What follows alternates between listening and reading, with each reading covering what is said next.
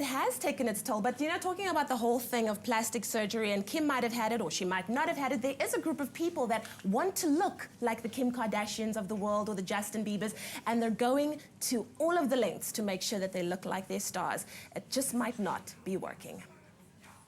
Are you one of the boring people who don't want to be beautiful?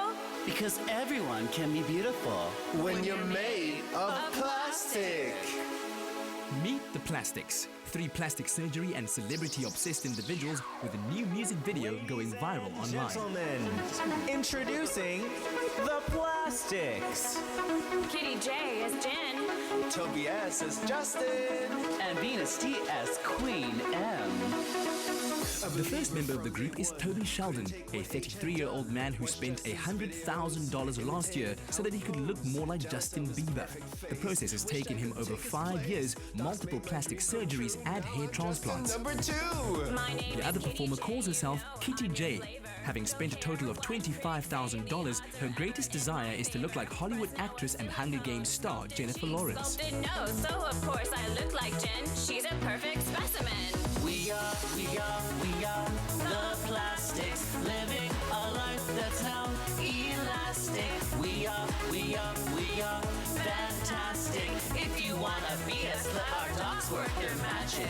The last performer goes by the name Venus Delight, a cross-dressing man who was also a contestant on RuPaul's Drag Race, spending thousands on plastic surgery to look like Madonna. But does their obsession with plastic surgery go too far?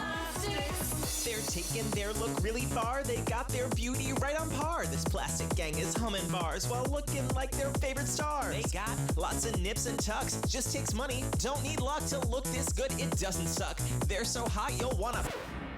You want to be one of us? Join us. You have to be. Crazy stuff, huh? A musical monstrosity of 3 people who have done plastic surgery coming together doing, well, a crazy song that has just gone viral with way too much auto-tune. And of course, I look at that video and it clearly just upsets a lot of people because with our obsession of wanting plastic surgery, wanting to look better, or even wanting to look like someone else, where does one draw the line? Well, here to talk about it this morning on our Feel Good Breakfast show, Dr. Eve, welcome back. I don't feel good after listening to looking at that. Oh, it's a crazy video, you know? Yeah. What are your thoughts on the video? I'm disturbed by it. I think that it sensationalizes plastic surgery, which is actually quite a serious piece of surgery to undergo. And we shouldn't be undermining it in that way. But also, it teaches us that people are not satisfied with who they are and how they look. Is plastic surgery, in your mind, in certain contexts, acceptable? Absolutely. It's there to make people feel better about themselves. That's besides people who've got injuries and who have had diseases and really need to have it done. But it's for the everyday man and woman in the street who really looks in the mirror and says, I want to capitalize on my looks, I want to improve it, I want to look fresher. And mostly people want to look more youthful because more youthful means I am more attractive and therefore more sexual. But the extent that people go to is crazy. When do you stop? When do you realize you've had enough? Well, we've got to be able to discriminate between the pathological, which would be the body... look at the crazy pictures. That woman is not beautiful. She was beautiful. She's not beautiful now. Look at the picture. It's... Oh, my goodness. Oh, that's a real distortion.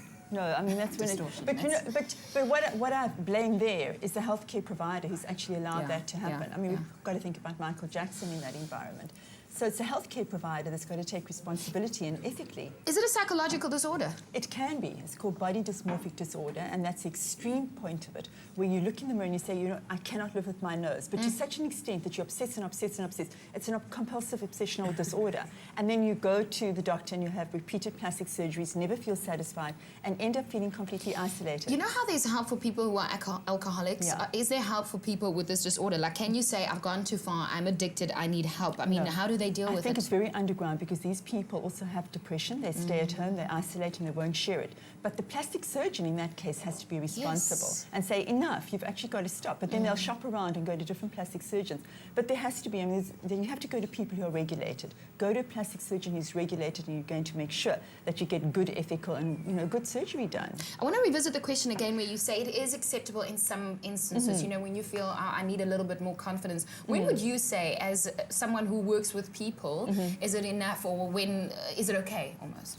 you lose your own context of when it's okay. It begins to feel, I need more, I need more. And most of these, if you just look at your non-invasive surgeries, like your Botox and your fillers, they need constant upgrading all the time. You need to keep it up. So you've got to go to somebody, and I keep repeating this, Ilana, who's going to be a reliable healthcare provider who's going to say, actually, you're doing fine. You don't need any more. You're going to begin to distort your natural looks, and you're going to be looking a little, I mean, look at Joan Rivers. You know, people that we know very obviously look differently, but we want to cling on to the youthfulness. We've got to look at the core of the issue. We want to be youthful because being youthful means that we're sexy. How do we make this? I mean, I'm thinking of our youth specifically, and I'm thinking we need to be able to look in the mirror and say, I like myself, I like the way I look. As someone who works with the minds and with people's bodies and minds, what would you say to all of us? What should we be feeling? Well, I think the point that you hit on is we should be looking in the mirror more and be accepting, and it comes with building self-esteem. And I work with parents, trying to get parents to get their children to have a better self-esteem so they don't aspire to look like these pop stars and these Kim Kardashians and look at their butts and say, I want to have a butt as big as that. Or to look at their breasts or their lips or their whole bodies or their faces and say, that's what I aspire to. You want to aspire to how you look in the mirror. And parents have a big role in being able to validate that. But it's very difficult because you're fighting an enormous wave of media and desire to look like somebody else. No matter how you think you look, you are beautiful. Absolutely. Definitely. We don't need any of this. Beauty is more than just what you see on television or Kim Kardashian. Thank you, Dr. Eve. Thank you for I having like me. it when you come to studio. This is your Feel Good Breakfast Show. We'll be back after the break.